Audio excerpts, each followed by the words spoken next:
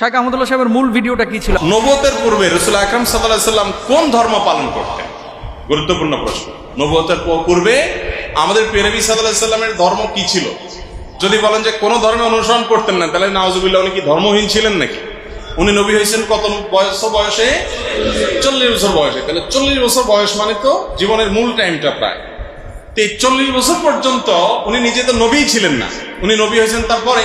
তাহলে 40 বছর পর্যন্ত নবী হওয়ার আগে তার ধর্ম কি ছিল?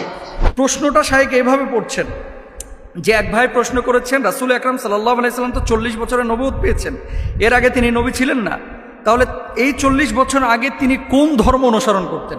তাহলে কি আল্লাহ রাসূল কোনো ধর্মের অনুসরণ করতেন না, নাকি অনুসরণ করতেন? অনুসরণ করলে কার ধর্ম অনুসরণ করেছেন? তাহলে শায়েখকে প্রশ্ন করা হয়েছে, সেই প্রশ্নটা মানে শায়েখ ওখানে উপস্থাপন করেছেন যে আল্লাহর রাসূল 40 বছর তো নবুয়ত পান নাই। প্রশ্নটা